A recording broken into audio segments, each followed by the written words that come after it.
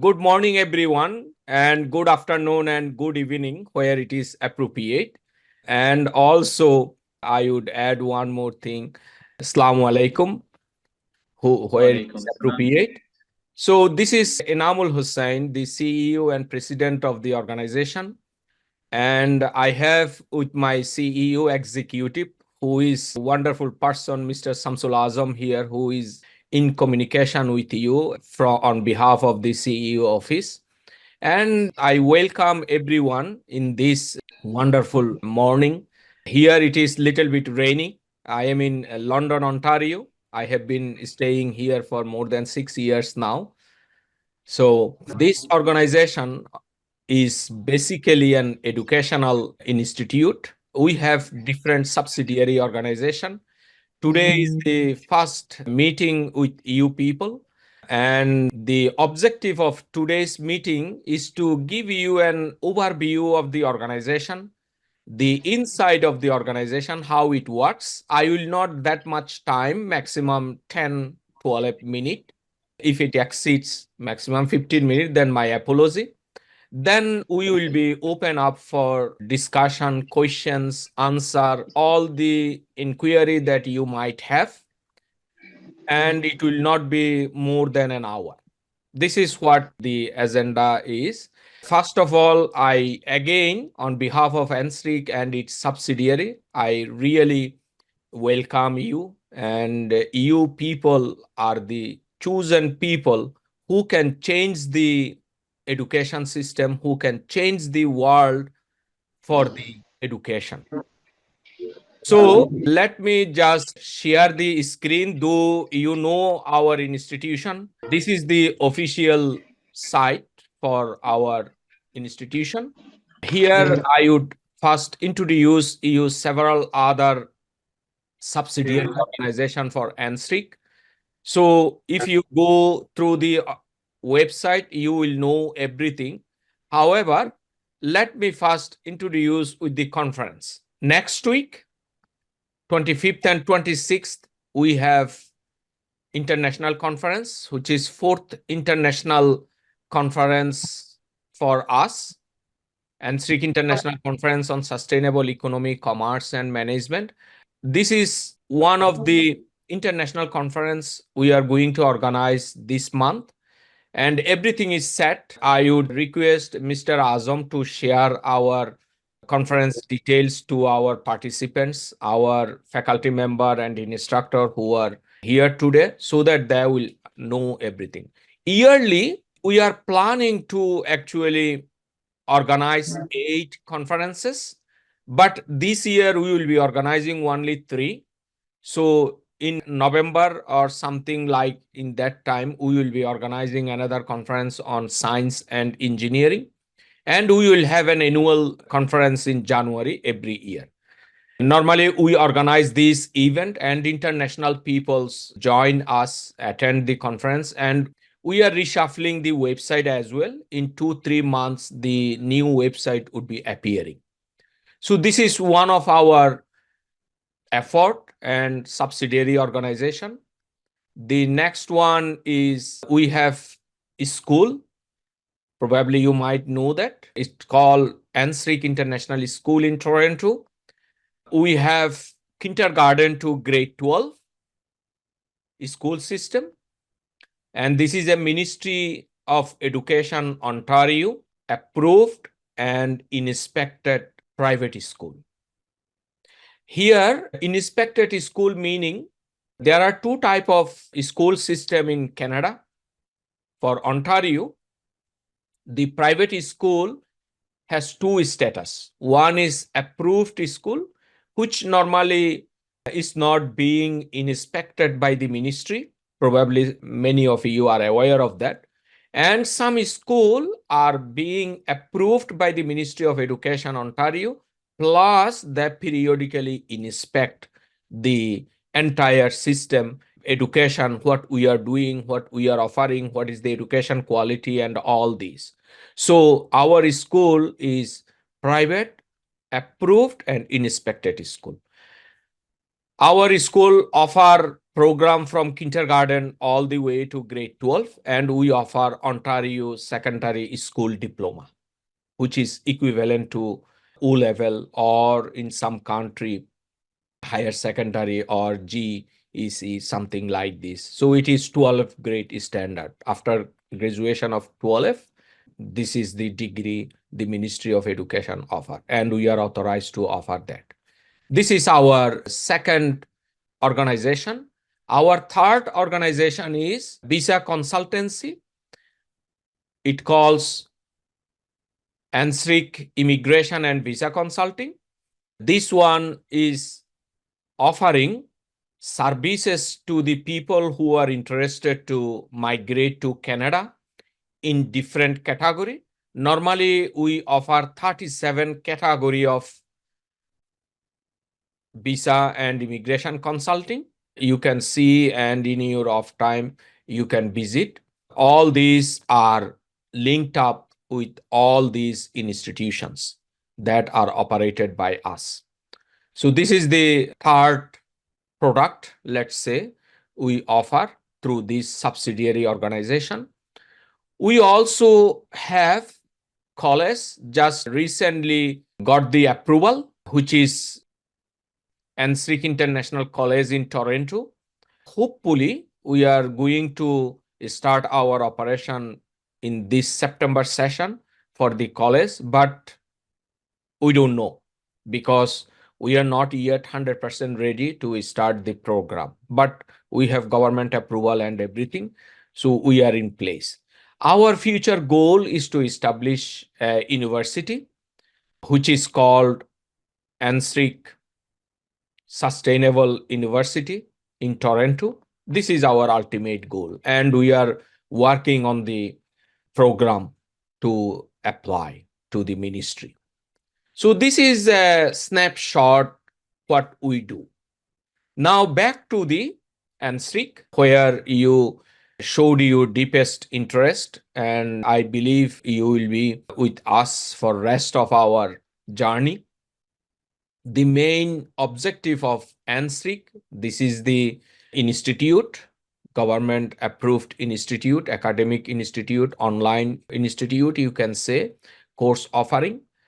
We offer boundaryless courses to develop the skill set of our student. The students might have graduate degree, might have PhD, might have undergrad degree in any discipline. Our main goal is to enhance their skill set after the graduation. Or the student can be a 12th grade, or even not having a associate degree even. So you can offer whole range of courses. If I go to the online courses, you will see different classification of courses, as you can see here. At your leisure time, you can navigate those. If you go to the field of study discipline, we have 13 faculty: theology and morality, science, medical science, liberal arts, language, cat wolf, just we mentioned, journalism, information and communication, history, geology, engineering, education, commerce and management, classical and modern philology.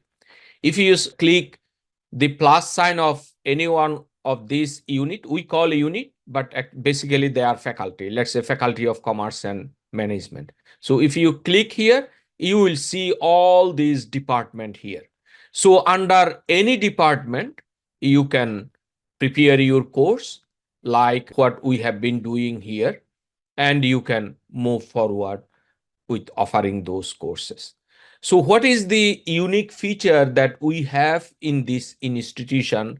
You can imagine this is like an Udemy or Coursera online education platform. There are many other education platforms, as you know. You can imagine something like that. However, the unique feature that we have as an institution is this: knock. The course that you are going to develop, somehow it is lumping with this NOC. What is NOC? It is called National Occupational Classification, which is very, very important for us. And this NOC, it calls NOC, is categorized by the Immigration Canada. In any category, as I mentioned, among the 34, 35 category, they need to mention the NOC number in their application, specifically for territorial and provincial and federal government express entry visa. The applicant must put the NOC. So it is directly related to the workforce environment and skill development, what the Canadian government is going to recognize for different employers, right? The employers is looking for the skill set. For example, you are a professor. So what are the skill set the employer, meaning the university or college administration, is looking for? So there are some skills that are needed to become a professor.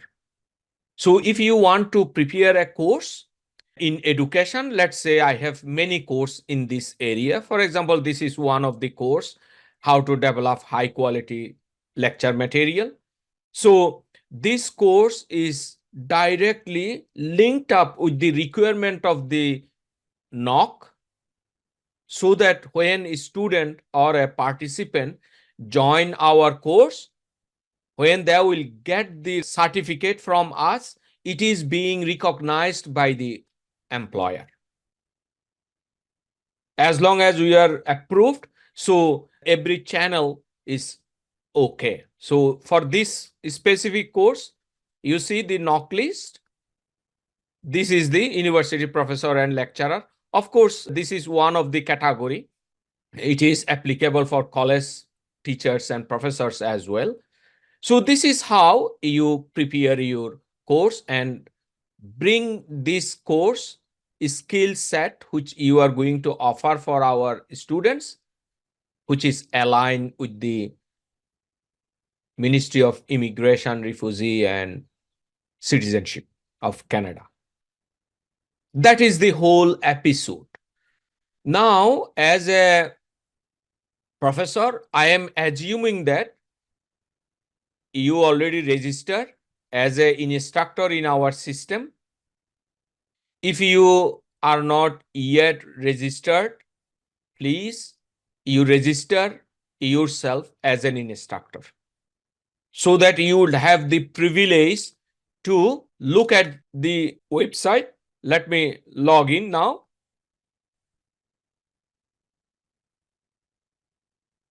So there are 6, you see, video tutorial. You need to spend maybe 1-2 hours to understand how the entire system works. So I would say you go to these video clips and you review it. Then you will have a comprehensive idea how the system works. You see? So those are the video clip you can review and you can understand. Then second thing is, those are the training module. As a first login, the system is requesting you to visit those documents so that you are completely prepared. This training program needs about a week, let's say average 2 hours a day, 5 days, so 10-hour task. Before you prepare your course, I would highly advise and encourage you to go through the document. Now, if you are going to prepare for our school program or Cat-12 unit, these are the document that you need to download, and one after another these are synchronized and given. All these documents you will review. All these, by the way, are ministry required document. If you wanted to offer a course under the NIST education system, as long as we are ministry approved academic institution, we need to follow the ministry instruction. So these are all ministry document you need to prepare for your course. So it is very easy. Maybe 2-3 hours is needed, because those are sample guideline. You just copy and paste for your course. So you don't need to really do anything else. let's say in 2-3 hours, you will prepare all these documents. This is for NIST and Cat-12 unit. Now, if you are going to prepare for NSRIC platform, these are the document, 7 document. Let's say professional picture, professional biography, you need to prepare as an instructor so that you are fully prepared and your student will know you clearly who you are, what is your qualification, how you look like. So student will have a clear understanding about their professors. And we want to maintain a high quality of the course material. This is how a sample lecture is given, and then PPT slide sample, course outline sample, how to prepare NOC courses, and the list of NOC course are given. So everything, whatever you need is all given here. You need to just register the system. That's it. So this is what I wanted to just give you a hints, a summary of the entire system of the organization. With this, I wanted to conclude here and I thank you again. Now floor is open for question and answer and open for discussion. Thanks a lot. Okay, wow, thank you, Professor Anumal, for that. That definitely gives me some more insight into your program. But I still do have some questions, maybe some clarifying questions. So from what I understand, and you can certainly correct me on that, from what I understand is that you started the school, it's about 4 years old, right? And there are a number of other offerings. You have, schools, immigration consultancy, et cetera, et cetera. You want us to go through the training that you provided in the areas that, let's say, we would like to teach in. And that training is one question. First question, is it required or is it optional, right? And is that training something we have to pay for? Because that's what I'm seeing right now. So 3 questions. One, is it required or is it optional, right? And then is it paid? Like, do we have to pay for this, or are you providing this for us? Wonderful. First of all, as I mentioned, you need to understand which you are already. As long as you are already in, this institution is an academic institution. Our main goal is to disseminate knowledge. So the training program, let's say every day 2 hours for 5 days, 10 hours training program before you prepare your course. I would say this is mandatory for us because that will enhance your understanding about the system, how it works. Down the time, it would be very, very smooth for you. If you do not take this training, you will be facing in every step confusion, questions, problem, and you need to come to us. So I would say first question answer is yes. It is mandatory to maintain the quality of the course, to give you the overall expectation, what the institution want, and for your interest to be smooth in your journey with us. But if you think that you are smart enough, which of course you are in general, you don't need to. Many of us, because we have above 750 professors, more than 80% are PhD. They are somewhere professor, university and colleges. We have about 50 school teachers. They are also working in different Ontario system schools. So all the people, including you here today, are very highly qualified people. So you don't need to be honest. But we highly encourage, because once you start with a organization, every organization is unique, right? So every organization has some internal policy, internal features, internal system, how it works. So you need to actually understand and be familiar with that. Every organization does offer the training program, no matter in which level you are going to get yourself involved with the new organization. So we are not something different. Number two, there is no fee you need to pay, and this is an advantage. This is inclusively for the institutional people. Those are not disclosed to the other people who are our follower, who are our navigator, who are our subscriber, and so on. The people who are interested in our activity, who are registered in our system, only for them this privileged training program. If outsider wanted to get it, yes, they need to pay. For you, that is the reason we put it in the system, in the dashboard, as you can see here. So you don't need to pay. This is the answer of the second question. Third one is, I'm sorry, what is your third question, Mr. Sound? Yeah, so I think you answered the third question. That was a What is the second question? First question. yeah. No, you answered them all. I think it was whether the training is required or mandatory. You said it's recommended and mandatory. I understand that most organizations have training and orientation programs. I appreciate that. Exactly.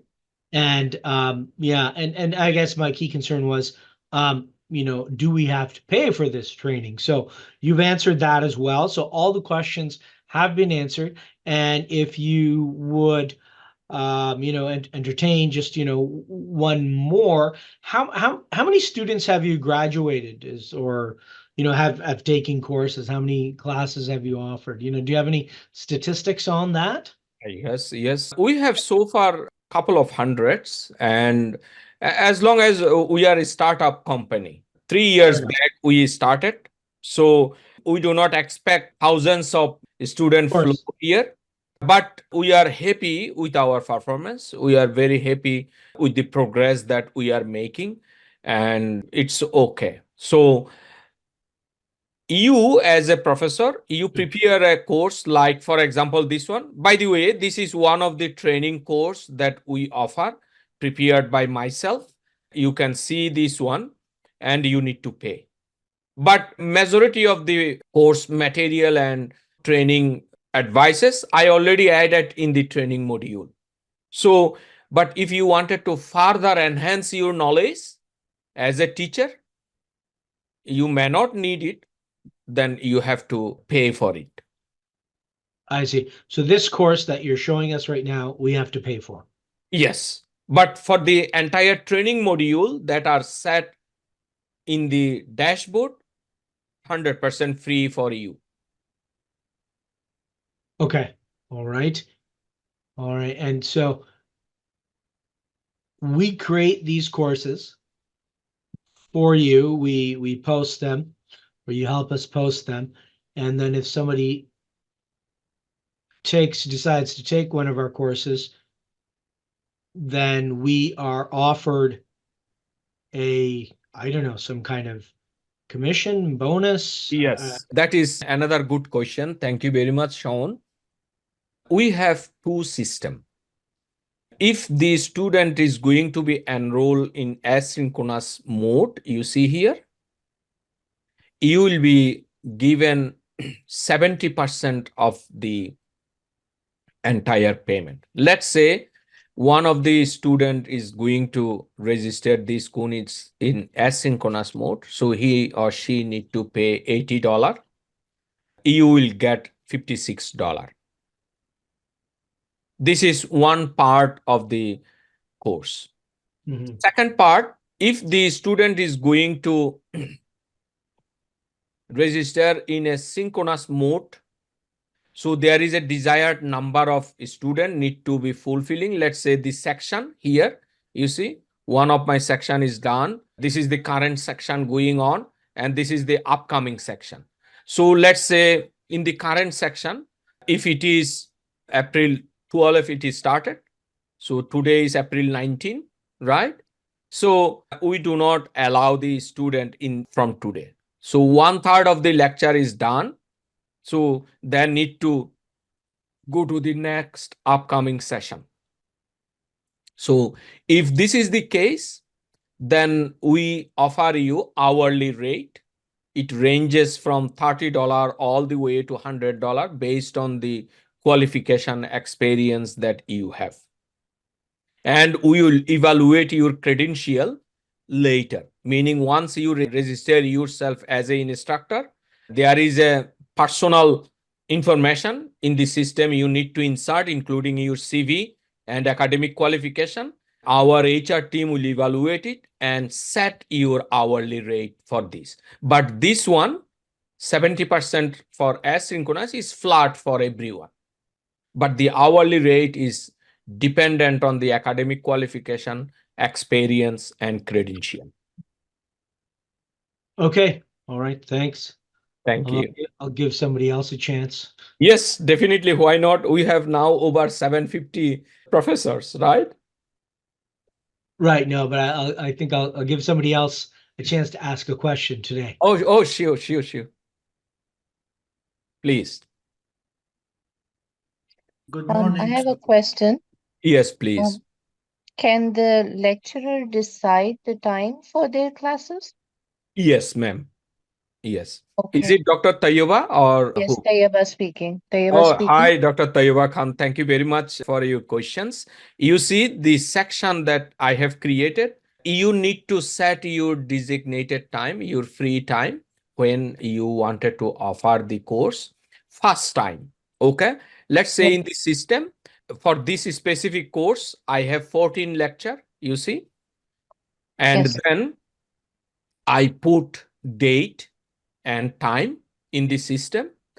So first time ever when you prepare the course. Then the system will track what input data you have given, and the system will automatically create those upcoming section based on the input that you have given. Okay. It will be automatically created. So you don't need to redo it again and again, again and again. So another question, Dr. Hussain, for the subjects, is it you who will decide which subjects I will be teaching? I mean, of course, there might be a mutual discussion, but is it you who will be giving us direction as to which subjects are needed or where teaching is required? Or is it something that we decide ourselves? How does that process happen? That is a very good question. Thank you very much, Dr. Tayyaba Khan. You see, for us, we believe that every one of us are somehow qualified to disseminate knowledge, even if the person do not have or does not have the academic qualification I am talking about, but they have a skill set. So the moral of the story is any person can create, can prepare any course. We don't dictate or we don't advise that you prepare this course, you prepare that course. No, this is you. You have 100% degree of freedom. You are free to choose any of the area of discipline, but you need to make sure that you are preparing any of these classified course. It can be an advanced level course, which is graduate level course. It can be a Canadian immigration and workforce training course. I have 3 courses in this specifically because we are very specific to Canadian immigration and workforce training. It does not mean that you are not allowed to prepare other discipline, you are open to prepare any course you want. That is the answer. But it should be falling under any of these classification. This is number one. Number two, we have almost 190 department under this 13 faculty, as you can see. So the course should be falling under any one of these, category, discipline, area. Okay. As I showed, for example, if engineering, you see, there are 36 departments in the engineering. So the course should be falling in any of these category. Now, if the course does not really represent any of these faculty, any of these department, then there is a option others. Okay. You should select that others, and then you should immediately contact with us that this course does not have the option in any of the department in the faculty. So please create a department for me. Then we will review your request and we will create a department for you. Is it okay, Dr. Khan? Yes, thank you. Thank you very much. Welcome. If you, sorry, if you allow me to ask, it's Dr. Shaya. Oh, yes, please go ahead. As I've seen so far, so like the payment is per course, per hour, per enrollment. Is it Yes. it? And I've seen somewhere that faculty, you can be faculty or something like that, and more like full time rather than part time as it is. Yes. If you want to be full time, you are more than welcome. If you wanted to be part time, you are also welcome. So we do not restrict. But we consider full time if you have more than 4 courses. And in that case, you have some additional facilities from our side. If it is less than 4 courses, then we do not consider you are full time. And how that differentiates regarding the compensation. So because I've seen that you can register for faculty, so there are other incentives or Exactly. There are other incentives. For example, there are some bonus on top of commission we offer, and we offer also service benefit. That means you contribute some of your salary and we contribute equal for your contribution. And after retirement, you will get all the benefit, the way that it works in general for other organizations. So we are not exceptional. But for the part-timer, I'm sorry, this is our board decision. I cannot change. We do not offer that type of facilities for our yes, professors. I understand. From part-time perspective, I understand. But maybe if you develop more courses, it's more, Yeah. yeah, it For becomes more. example, I have 39 courses right now in the system. So for me, actually, it is more than, full time, and it is good. So the more course you have, the more potential you have to generate more revenue. Okay. So what is And the sorry, were you finished? if you Sam? allow me just one question, Yeah, and absolutely. Please go ahead.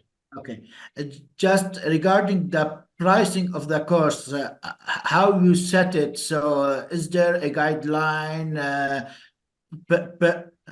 Just because, Yes. Yes. In the training module, in the training program, you have some guideline. But in this course, the course that I developed for the people who are willing to teach, here in details, I mentioned how the pricing affect the community, how the pricing should be. All these are detailed in this course. However, as long as you ask the question, let me just highlight.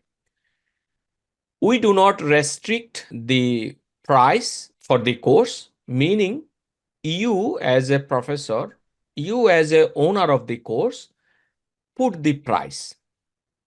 This is the first attempt. However, you should be reasonable enough. You should little bit research what the other institution, other online platform put the price similar to your course. We are giving full responsibility to our professors because our professors should be taking care some responsibility when it comes to the pricing, because it should be win-win situation. Number one. Number two, if we see you are overpricing the course, then we will truncate your price, offered price, and we will put the appropriate price based on the research that we have. We have our own marketing research team. They continuously evaluate and look at the price of the similar courses, and that is how it would be revised. But if you have, let's say, 10% more or less, normally we would ignore it. For example, for this course, I put $32 for the asynchronous and I put $40 for the synchronous. So similar course actually in the other platform, they offer a couple of hundred. If it is under workshop, someone is going to conduct a workshop with a group of corporate people, then it is $1,000. You see the difference?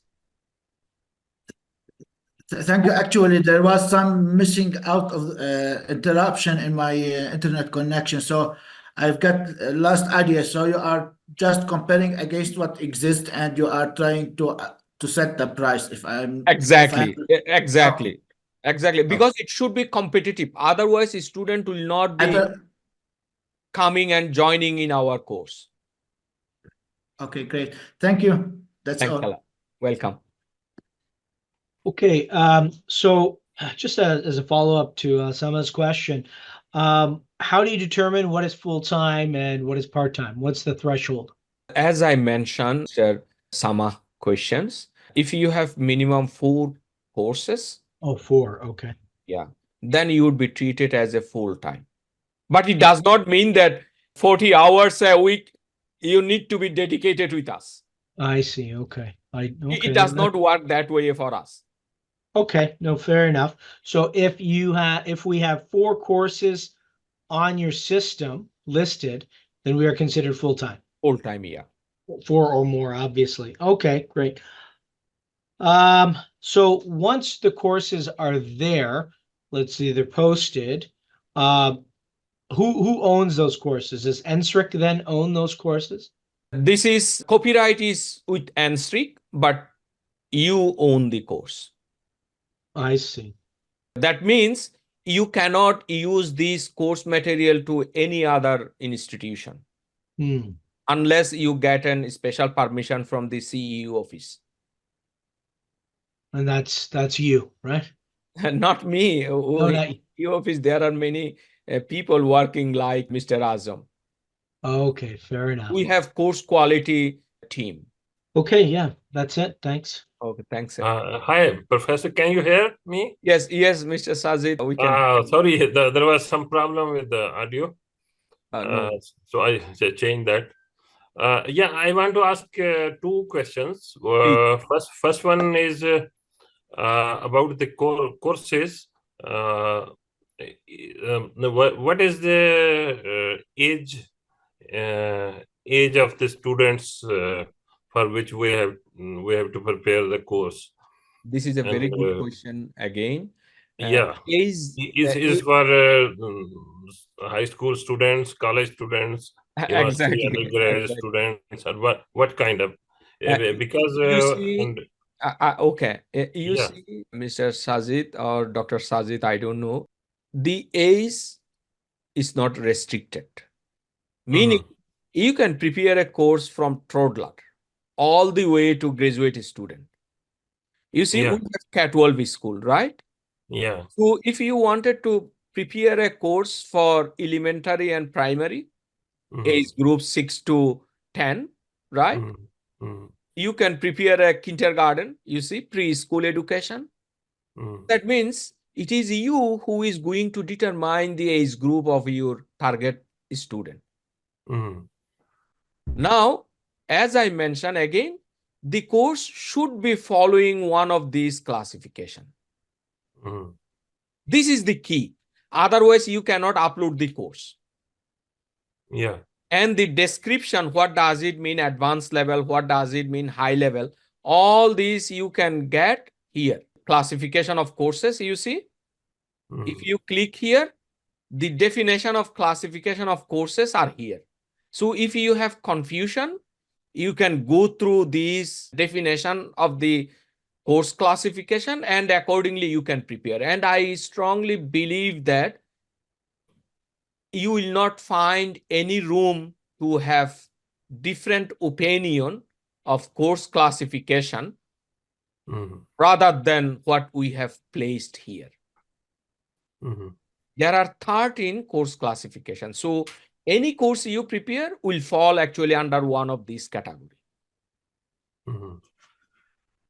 Yeah, thank you. I want to ask one other question about research and development. As you already have one your department about that research and Research development and and RID, innovation. we call RID.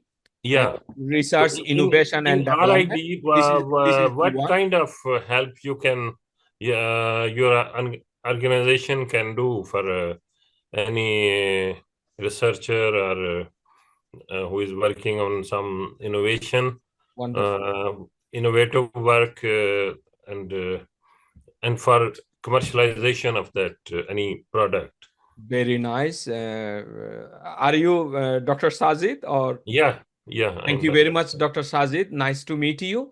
You see, we have a specific division for RID. Yeah. And if you wanted to prepare a research proposal, you can prepare and take the manager role for your research proposal. We will find funding agencies and you can start. For that, you see, it is clear here. And this is this circle where you need to develop a team for your project. And we will help you to find the funding the way that academic institution in Canada works. So we are not exceptional. And Ministry of Education, including federal government or provincial government or any other funding agency for research, what they are looking for, we follow step by step the way that it is. For example, when I was the State Oil Chair Professor for Memorial University, I had over $3 million funding. So the way that I got the funding, we actually follow the same way to secure the funding. If we do not follow, we will not get the funding. For that, we have specific, this is the person, you see, Professor Chubai Kalam. He is responsible for funding and you can communicate with his team. We will help you to get this done. Okay, that's nice. Because I just asked because I was interested in the research and development. Definitely. And also, of course, I can also prepare for some courses. Definitely. For example, for me, you see, in my career, I secured over $17 million funding for my research. Probably you might know that if you follow me. So this is not a difficult task for us to handle your proposal and securing your funding. This is another way to engage yourself with us to get more revenue because you will be paid for the research. Yeah. Okay, I will be in contact with them. Thank you very much. Sorry, Mr. Kamran, for keep you waiting. Please go ahead. Hi, thank you for giving me the opportunity. So my first question is this organization, like our organization, NSRIC, Canadian government organization? Number one. Number two, will the courses that we will create and offer to the students who are going to register with us, going to help them in their eligibility for admission to other studies program? So, and the other one is, I mean, why will the audience be interested in taking our courses? Wonderful. So there are three questions. One is whether it is Canadian government institution or not. No, we are not. We are Canadian government approved private organization. We are not public organization, public institution. Okay? It cannot be. This is number one. Number two, why the student should take our courses, right? In the introduction of the workshop today, I clearly try to highlight that this is not an academic institution who offer degree.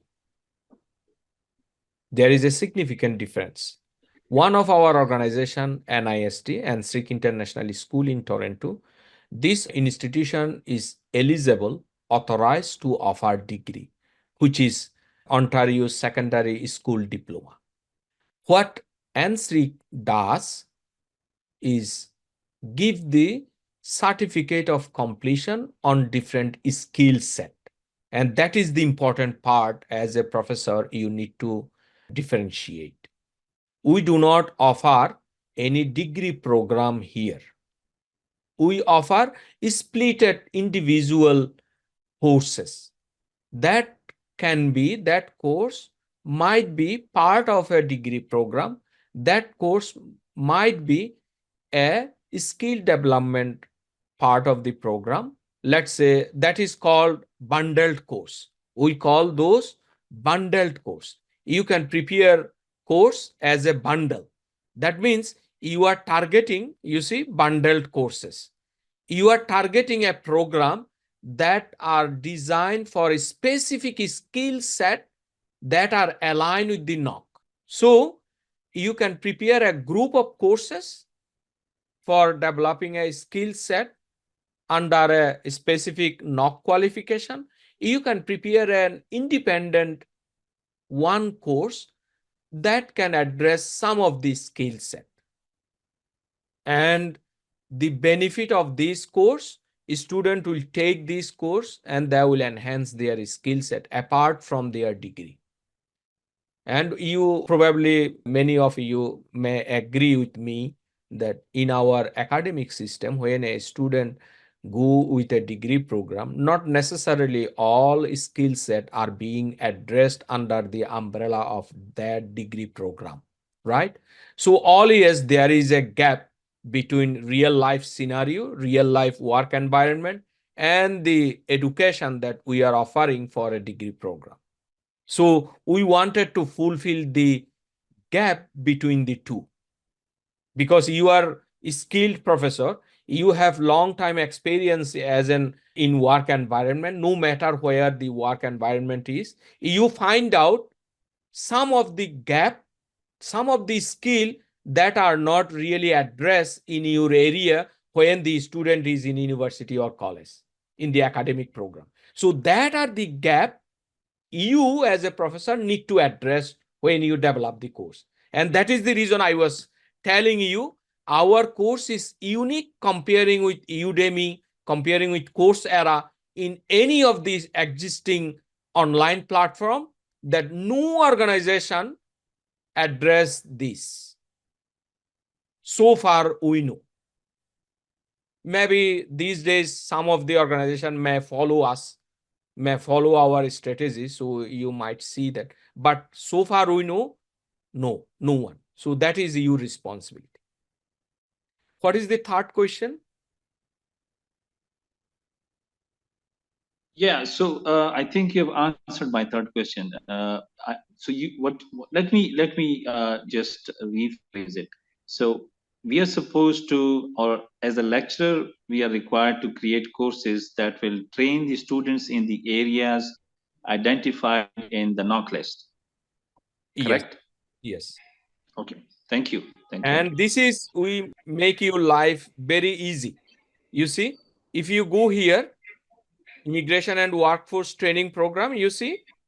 So if you click here, you see all these are given here. Let's say 90% in accounting and finance, those are the NOC list. In the business and management, those are the area NOC list where you can focus while you prepare your course. In computer science and ICT, these are the NOC list. In education, these are the NOC list. In engineering and technology, you see these are the NOC list. So you can immediately start, developing your course by focusing one of the NOC list. A course can be covering multiple NOC lists. This is also fine. And so on. You see liberal arts and medical science, you see here. And then theology and religious study. There are also NOC lists. theoretical and applied science, you see, huge number of knock lists are there. So the bottom line is, we highly encourage you to align your course with one of the knock list, but it is not mandatory. Excellent. Thank you, Mr. Kamran. Dr. Hawa? I just wanted to ask a quick question. Like, do you have a library that we can have access to in terms of textbooks? And when we're preparing notes, do we recommend textbooks to the students? Because as to the best of my knowledge, the way I understand the platform to work is basically going to be online. So if I'm giving out my notes, if I'm having like an asynchronous lectures that I have to like give the student what to study, do I make some textbook recommendations that they can find in your library, or how do we like go about the library resources? That's Wonderful. my question. This is another very good question. Thank you very much, Doc. First of all, as a teacher, let me open the course outline, then you will understand more. For this course outline, you see, we do not have recommended. Let me see if I recommend the textbook or not. Just give me 1 sec, please. If the course need a textbook or reference book, you need to specifically put the reference of that book. Okay, this is must. Not necessarily you have to make the book available for the student. We do not have any online library, by the way. So, but you know, these days students somehow can grasp any textbook in any discipline through our Google, right? Online source. But you need to make sure that your course material is enough for the study. You just cannot put the bullet point, right? And then you present it to the student, because it is asynchronous and synchronous both. So the student who are taking your course in asynchronous mode, in that case, they will be missing your lecture. So they will not have any way to understand the course material if you just use the bullet point. So that is the reason our recommendation. You see, this is a major reason for training program and the course that I am offering. This is the course where I discuss every ins and out one after another. So the answer of all the questions are actually addressed here in this course. So your course lecture note should be independent. It should be fair enough for a student. If they go through the material, it is sufficient for them. They don't need to go for a textbook. But on top of everything, a textbook, if needed, is highly recommended to put in the course outline, so that a student can, have the additional resource for your course. Is this answer your question? Thanks a lot. Yes, thank Do you. you have any further question? No. Thank Okay, you. thank you. Thank you. Mr. Sama? So Sorry again, I have a question related to my previous colleague regarding, for example, assignment and exams. So to assess the students. So I think it will be available in a synchronous course, not available in asynchronous course. But even in the synchronous course, is it like because for me there are like multiple choice questions, something like that can be easily as what they corrected or graded, but in case of more like projects or capstone projects or sort of assessment that does not have direct evaluation criteria. no, I'm sorry. In our system, no matter how the student is going to register in which mode, asynchronous or synchronous, to pass the course, For example, for this specific course, they need to pass the 4 quizzes and they need to submit 1 project. Without fulfilling these 5 requirements for evaluation, they will not pass the course. So, for me, for this course, I set only these 4 quizzes and 1 project for evaluation. You, as a professor, you can set the evaluation criteria the way that you feel is appropriate for your course. We do not have any restriction, by the way. You can put here assignment, you can put here exam, you can put here project, you can put here quizzes. In conclusion, whatever you feel appropriate for your course, you can do it. And it is mandatory for every student, no matter how the student is going to register. Okay, that's clear. So the evaluation criteria, whether it's automatic or it will It is be automatic. Yes, it is no, automatic. and that's the point for me. In some projects, on some modules, you cannot have, or it's not easy to have automatic. For example, in a project in which you have to develop certain software or a certain project in software, there is different criteria to be assessed, Right. not just the functionality, but the best practices if they are followed along the way. You see, this is a very good catch, and I sincerely appreciate Mr. Sama. For me, for this course, you see, I have an obligation to evaluate the student project, and project cannot be automatically evaluated. You are 100% correct. So, but the quizzes are automatic. I set for this specific course a bank of questions. From that bank of questions, every student will have a choice of questions in each individual quizzes. And I set the quiz, let's say each quiz have 5 questions, and those are multiple choice questions, true or false, or short questions. In the system, everything is detailed, by the way. So to answer your question, actually the answer is given. If you register yourself as an instructor and go through our training module, you will get all the answer, by the way.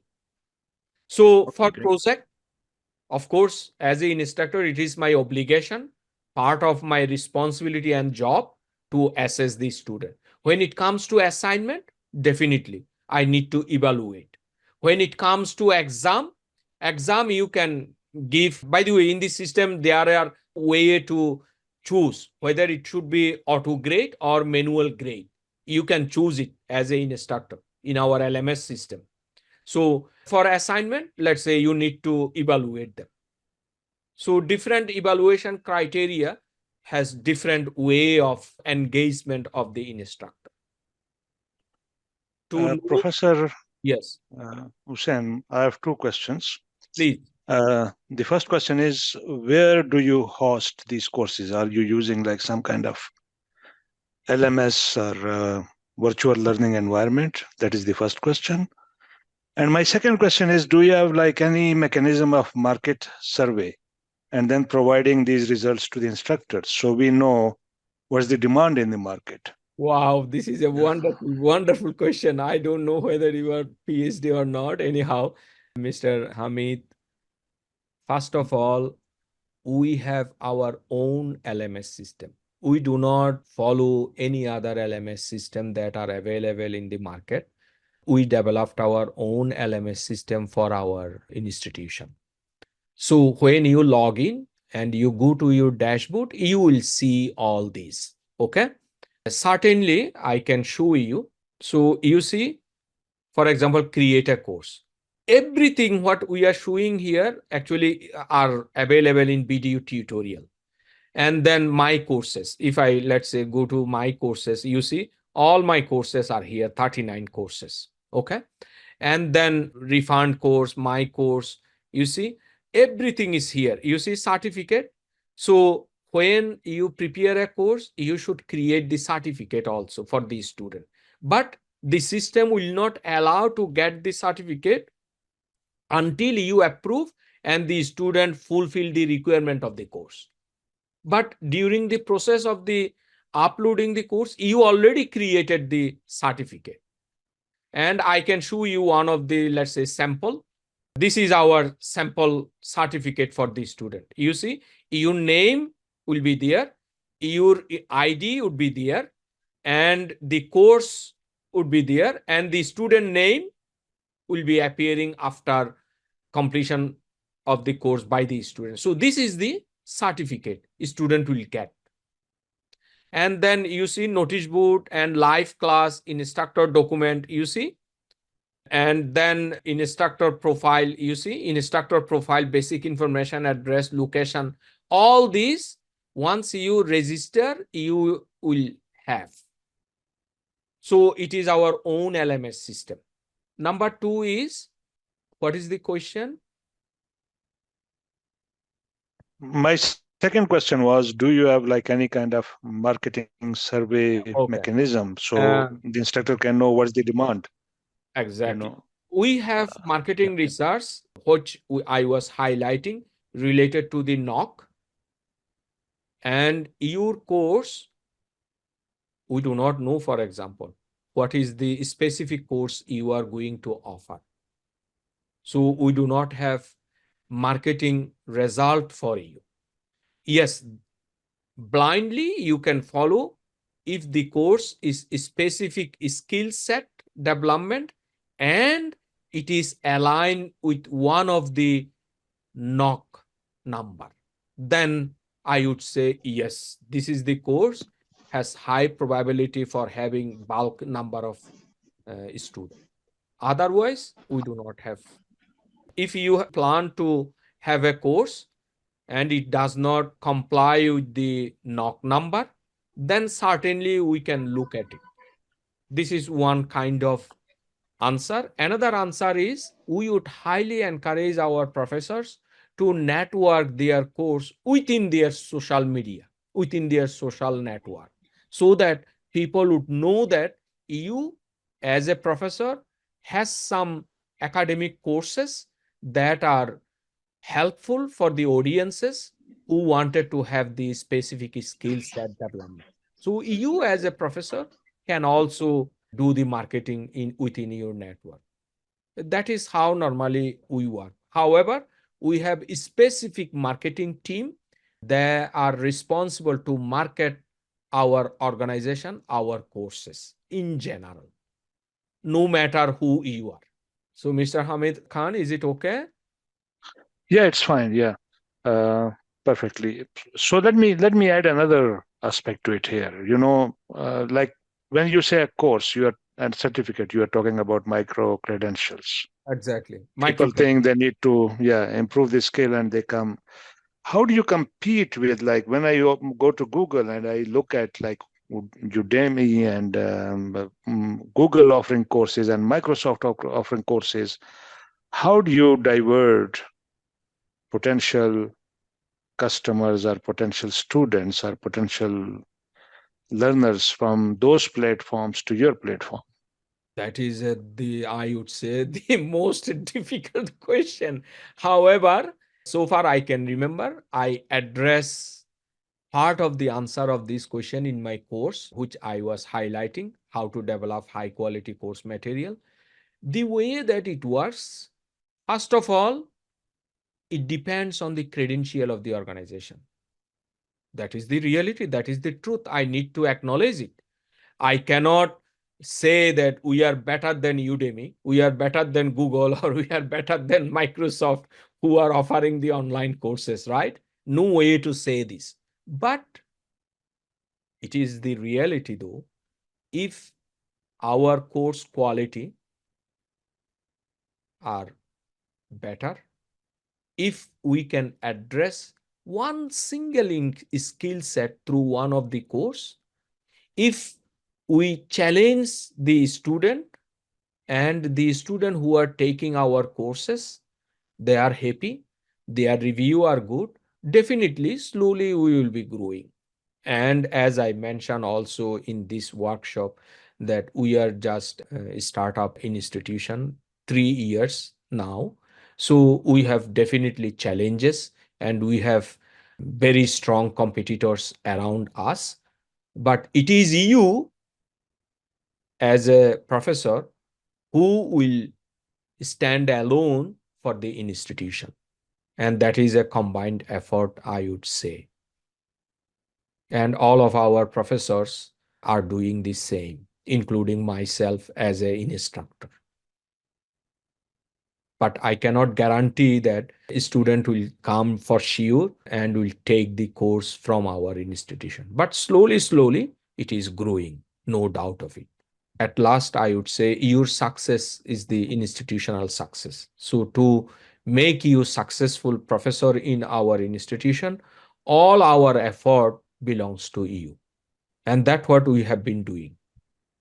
Our marketing team is doing, our IT team is doing, our course quality team is doing, and other team members are working day and night behind the screen. How is I don't know if you've gone over this question yet, but how is payment handled? Are there deductions? Is it lump sum? No, there is no lump sum. As I clearly mentioned, there are two types of payment for one single course. That means from pool, you are going to be paid. And I say this is double dipping. Meaning, for example, from this course, from my course, I am going to be paid when students are in asynchronous mode. This is one way to channel my payment, which is 70%, no matter what your qualification is. Another one is synchronous mode. You are going to be paid. This one is based on the qualification and it is hourly rate. So from one single course, you are going to get actually double payment.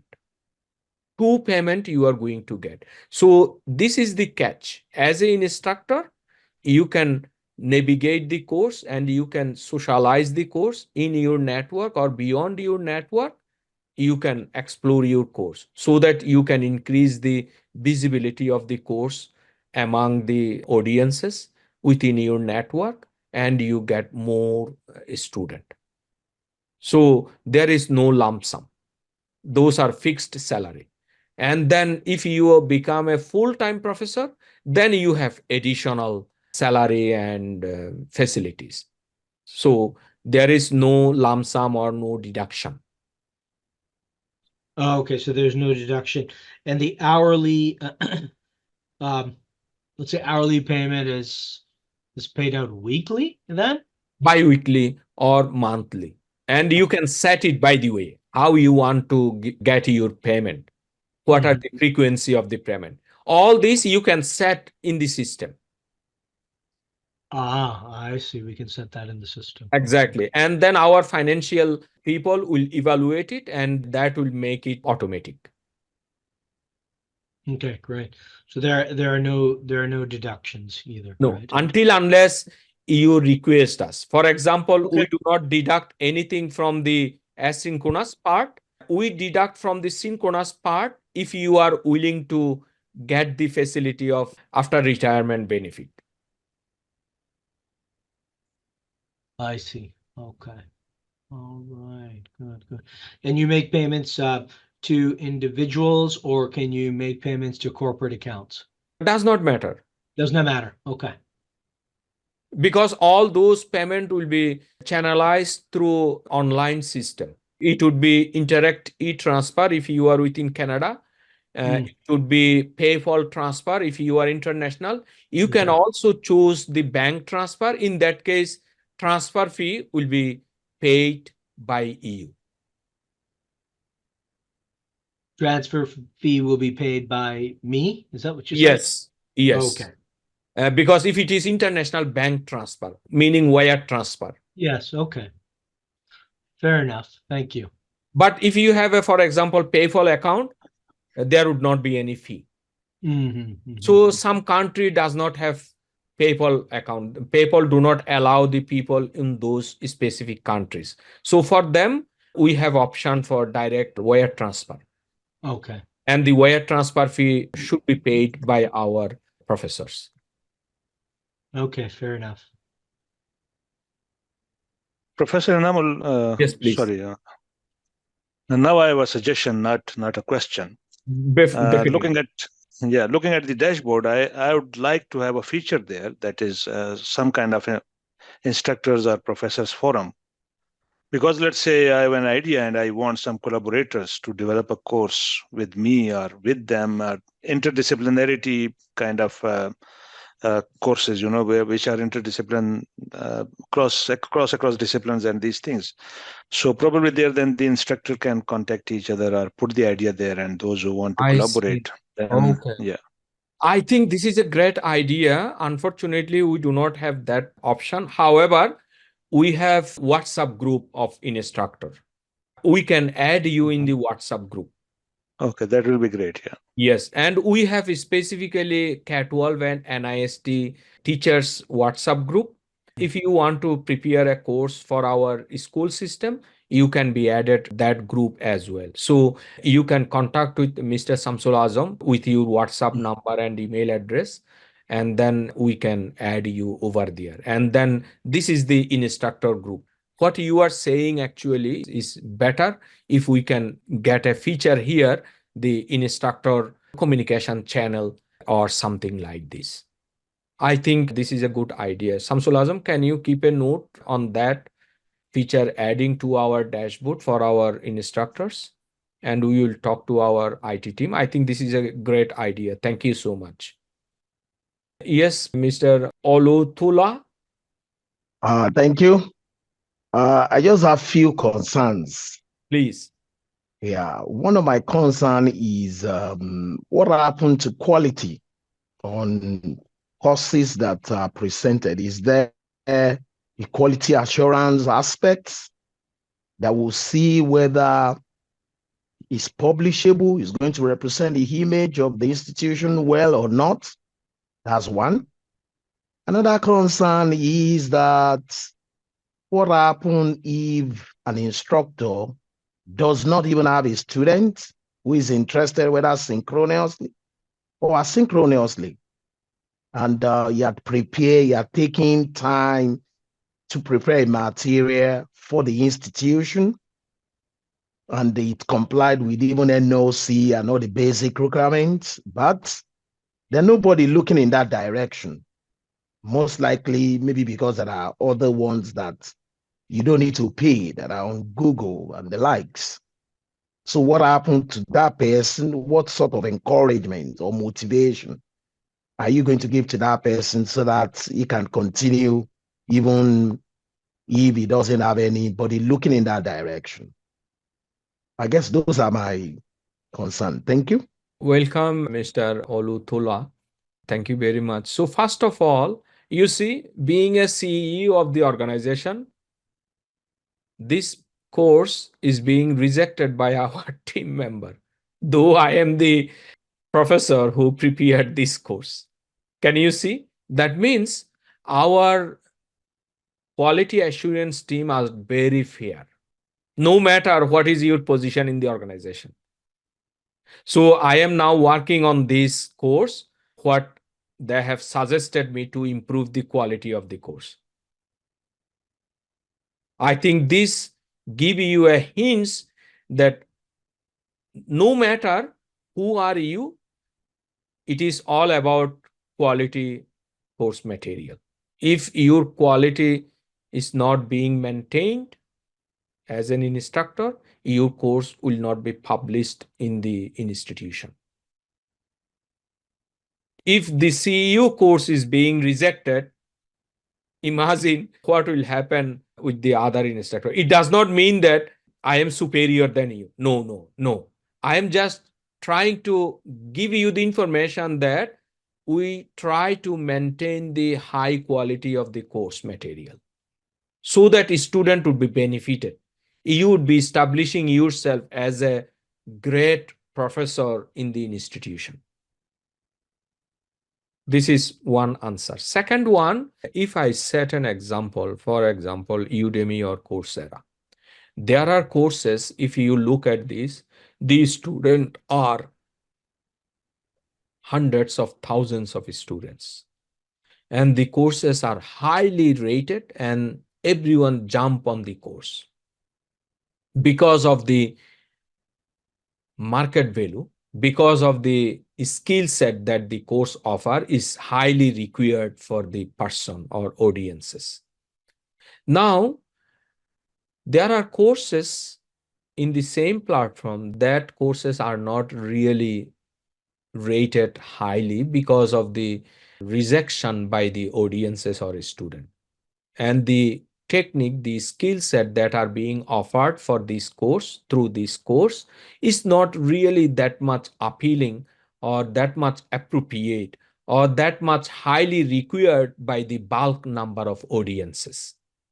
So to answer your question, it depends on the course skill set, what you are going to present to the audience.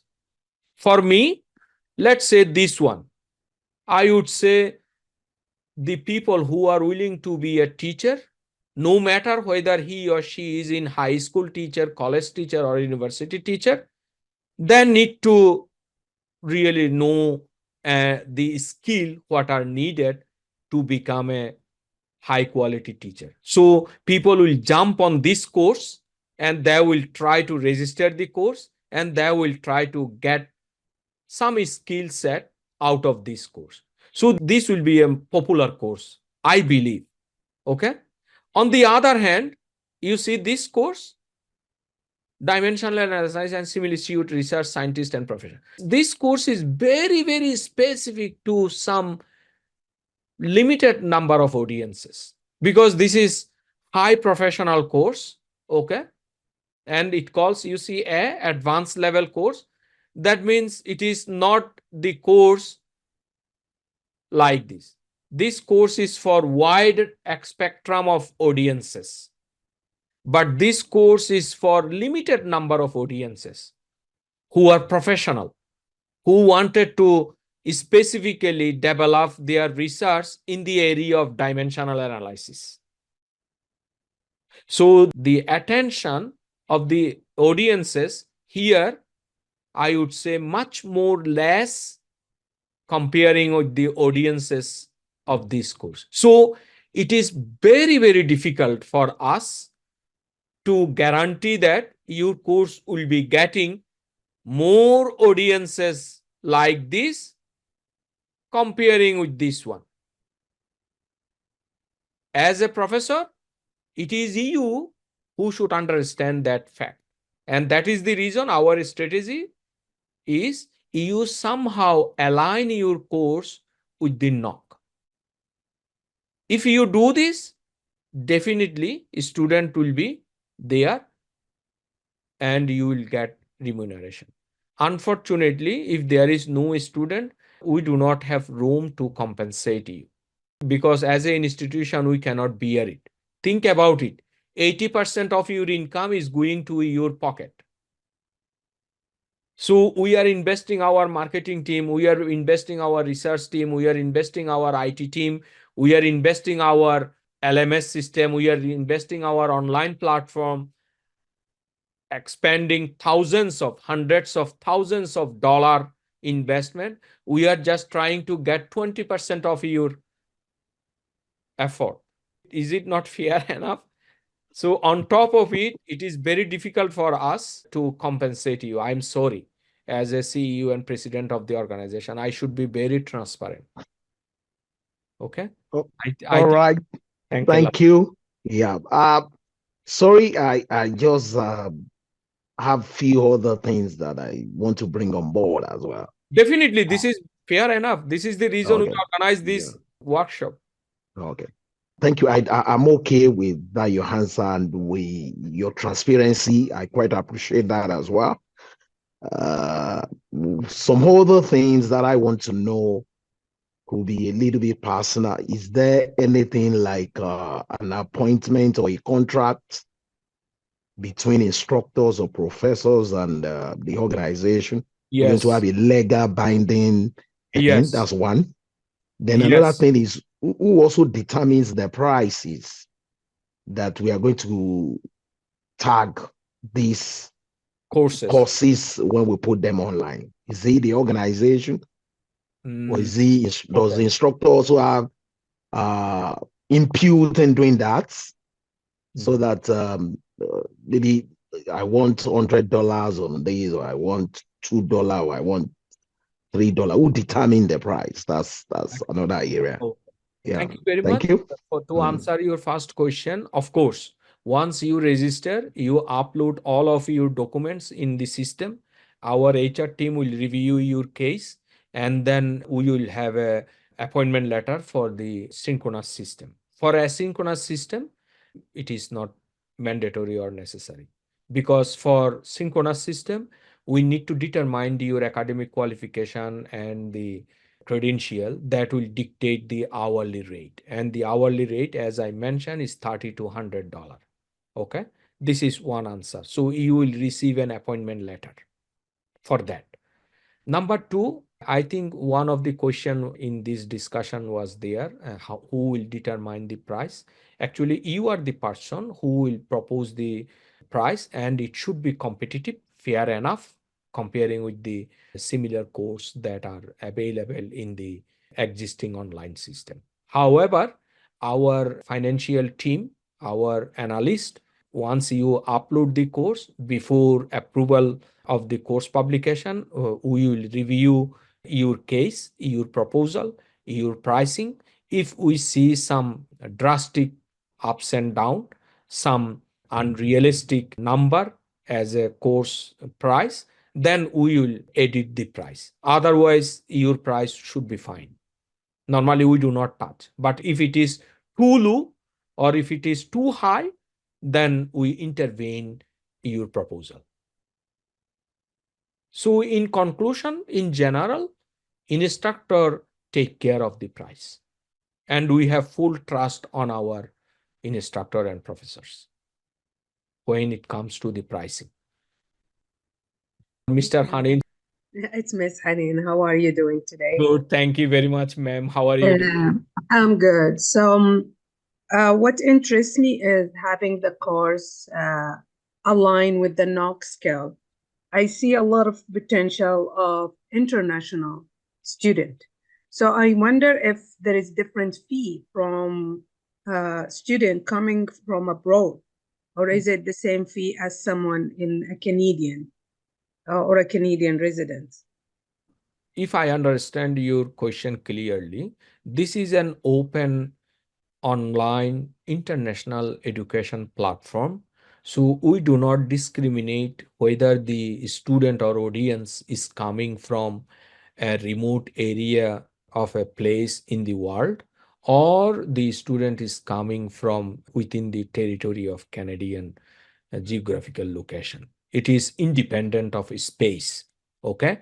So any student who are going to register the course, he or she is not being affected by the geographical location. It is equally applicable to and is fair Which for is everyone. fair enough. Yeah. And my other question, so if we develop an advanced course, because you talked about having has your college or career college being approved, is there is a chance or in the future that these courses can be transferable to other university or other college if the student would like to? This is a very tricky question. However, I tried to highlight this based on one of the questions from our instructor pool here today. The answer is no. You cannot use our logo, you cannot use our platform guideline, you cannot use our document to offer the same course, same material to other institution. It is a copyright protected, as I mentioned. You are the owner of the course, but copyright is protected by the institution. If you wanted to offer the same course to other institution, what you need to do, you need to take the course material and then prepare the course slide, course material based on the template that are given by that individual university or college. But directly, you can't. Yeah. So I meant for the student. So if a student have that micro credential from NSRIC institution, can they transfer their credit to their college or in the future? If it is an academic course, let's say Yes. some of my courses, Mhm. because I have been teaching in the university for more than 25 years. So many of my courses are really academic courses that are being taught in undergraduate level, graduate level. For example, this course is a graduate level course, but I reshuffle what I offered in the university graduate level courses, specifically the master's and PhD student courses. So it is up to the university or college whether they are going to acknowledge or they are going to waive the course. If they feel this course is 3 credit hour course, the course material is very much aligned, the syllabus that you prepare to offer this course in NSRIC platform is very much aligned, and the course materials that are given by the university, if they feel that it's okay and it fulfill the requirement of that course for that university, I think they can waive the course that the student is taking with us. There is no issue for that. And that has been done, that is being done, that will be done by the university in future also. Because internationally, if a student study, let's say in a university, it is being acknowledged, right? So Yes. it should not be an issue, I guess. But the condition is the course outline, the course content, the course description should be matching with the specific course that are being offered by that university which student need to take. That need to be matched. Otherwise, university will not acknowledge it. Yes. Yes. Okay. So it could eventually happen if the course align with the university course. Exactly. So that's something motivational for us to create. Exactly. And it's a good marketing for students as Yes. well. Okay. These are my questions. Thank you. Thanks a lot. Hello. Yes, Dr. Tayyiba Khan. Yes.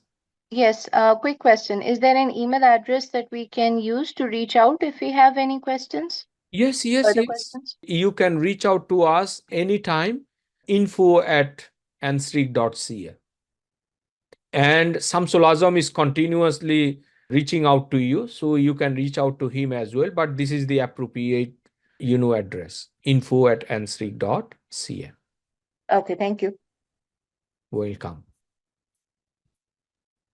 So I appreciate all of your patience and to be here with us for more than 1.5 hours. If you do not have any more question, we wanted to conclude here. And I would highly again appreciate your interest to be part of this institution for a novel cause to disseminate knowledge. And this is the only way to archive your knowledge, your expertise, your skill for others. So I think that's what we have for today. Okay. And please register yourself as soon as possible and be involved and get ready. So thank you so much. If you do not have any question, anytime you can reach out to us at this number. You can call us 226-271-7206. Unfortunately, WhatsApp is not working these days, but you can directly call us or you can email us at info@nsric.ca. With this, I would say thank you very much. Stay safe and have a wonderful evening, day, or morning. Bye-bye. Thank you. Have a nice day too. Bye. Same to you. Bye-bye.